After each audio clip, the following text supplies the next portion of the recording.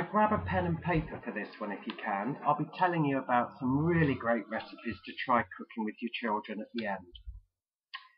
Cooking is a fantastic activity to do with children. They learn and practice a whole range of skills, and it gives them an understanding of food and where it all comes from. But even more important than that, it's one of the most fun, therapeutic and interactive activities you can do.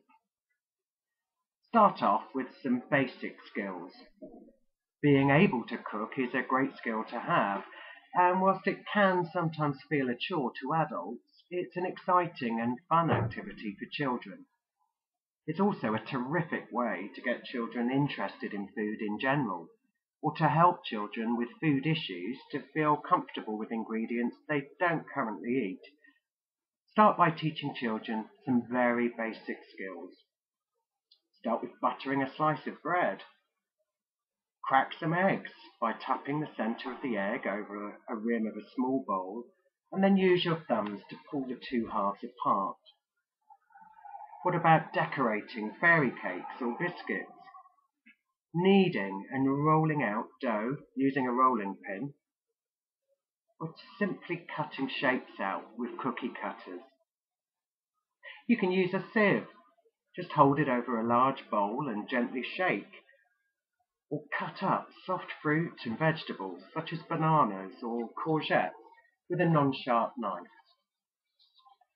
Grating cheese is excellent, especially if you've got a rotary grater. And crush up biscuits for the bases of cheesecakes. Just pop them in a plastic bag and crush them with a rolling pin. Children love rubbing in butter and flour together to make a crumble topping, or crushing up garlic with a garlic press. They can grease and line cake tins, or mash up bananas with the back of a fork. Or what about potatoes with a potato masher? They'll even peel vegetables with a vegetable peeler. Here's some other simple tips for successful cooking sessions. Choose your recipes carefully. For children under 3, go for something really easy, like a simple biscuit recipe or a fresh fruit salad. Nothing that takes too long or is too involved. As children get older, they can concentrate for longer, and you can move on to more complicated dishes and eventually entire meals. Plan ahead. Make sure you have all the ingredients before you embark on a session in the kitchen.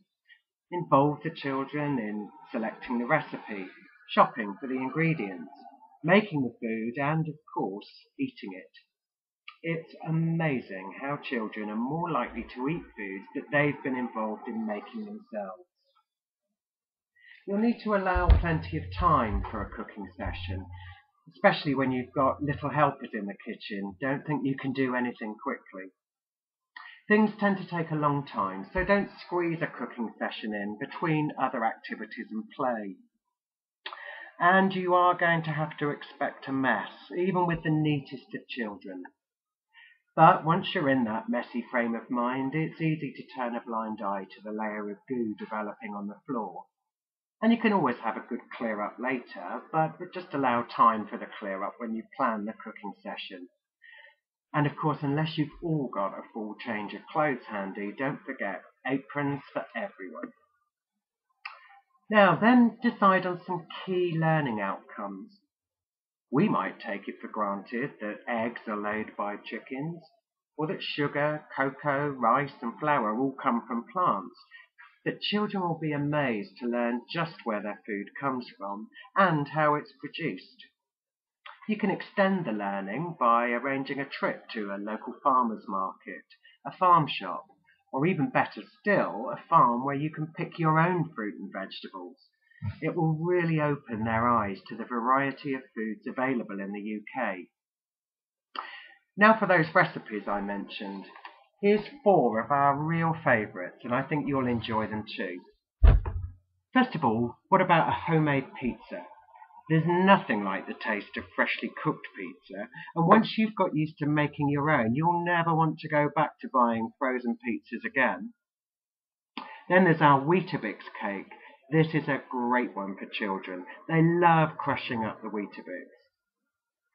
Bread's an old favourite, of course. It's really easy to make and so satisfying. This recipe is so simple, and you can adapt it to make rolls or bread loaves, whichever you prefer. Lastly, our fairy cake recipe, a very basic recipe that will give you all the proportions that you'll need, so you won't have to look them up every time you go to make them. It's that simple. And you can add lemon or cocoa or any other flavours that you like to really make it your own.